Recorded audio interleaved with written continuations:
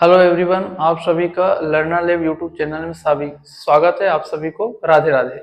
आज हमारा अगला टॉपिक है, अगर सरल रेखा है वो एक बिंदु से होकर गुजरता है और जिसकी प्रवणता भी हमें दिया है, तो वो रेखा क्या होगा वो देखना है। तो सबसे पहले हम देखते हैं कि सरल रेखा है क्या। तो सरल रेखा के लिए हमारे पास एक सीधी लाइन होता है, तो ये तो हम जानते हैं कि सरल रेखा है क्या, लेकिन इसका समीकरण क्या होता है।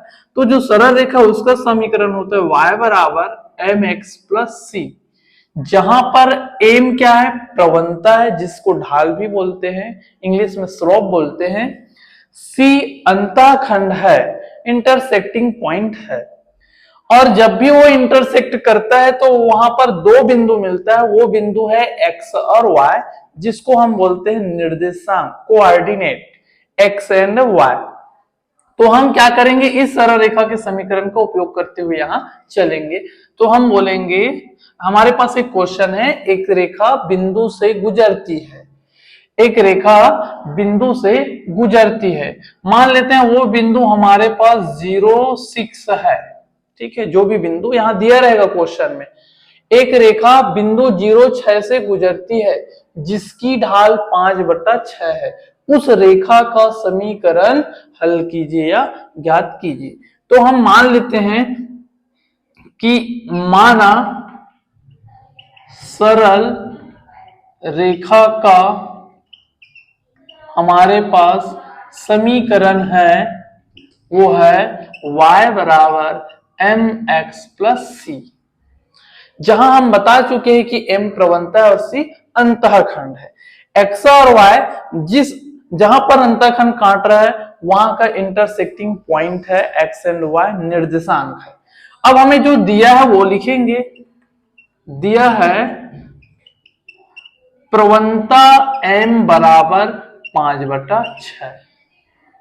अब इस प्रवणता m का मान 5/6 हम इस समीकरण में रखेंगे, तो होगा y बराबर 5/6 एक्स प्लस सी। m की जगह हम रख देंगे 5/6।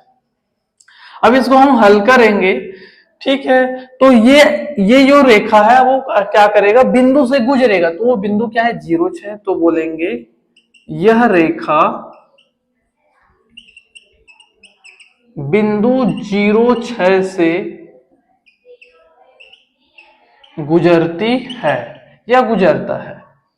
अगर ये गुजर रहा है तो x जो है, x को y के मान को संतुष्ट करेगा तभी गुजरने देगा।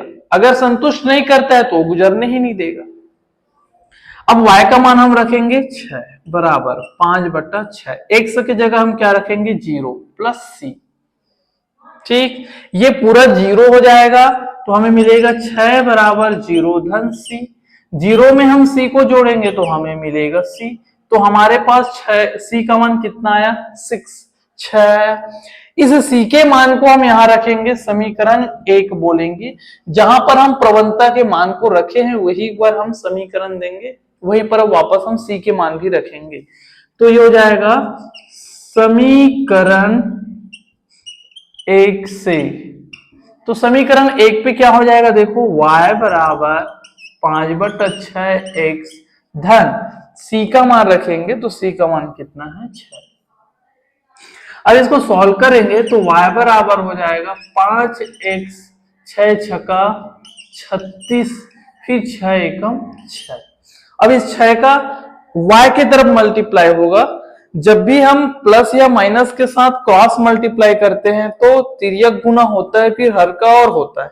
लेकिन हम बराबर वाले के साथ क्रॉस मल्टीप्लाई करते हैं तो सिर्फ क्रॉस मल्टीप्लाई होता है, तिर्यक गुना होता है, हर का और नहीं होता है।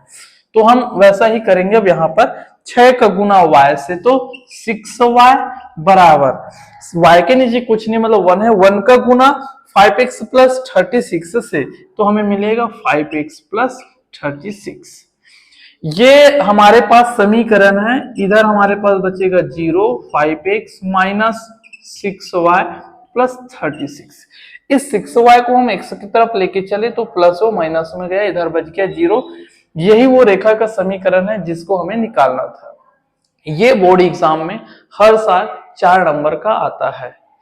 और ये क्वेश्चन आगे अगर आपको एक्सप्लेन करना है और बढ़ाना है तो इसमें बोल सकता है, अगर x का मान दिया हुआ है तो y का मान ज्ञात कीजिए। तो हमें x का जो भी मान दिया रहेगा वो रखेंगे और हल करेंगे तो हमें y का मान मिलेगा। आज का क्लास हम यहीं तक करते हैं। यह है निर्देशांक ज्यामिति। यहां से एक ऑब्जेक्टिव क्वेश्चन आता है और एक 2 नंबर का क्वेश्चन आता है और एक 4 नंबर का। तो 2 नंबर का क्वेश्चन हम आगे वीडियो में देखेंगे, 2 बिंदुओं के बीच की दूरी और प्रवणता। ये था 4 नंबर का। आज का क्लास आपको समझ आया होगा। आप सभी को धन्यवाद। हमारे चैनल को लाइक शेयर और सब्सक्राइब जरूर कीजिए।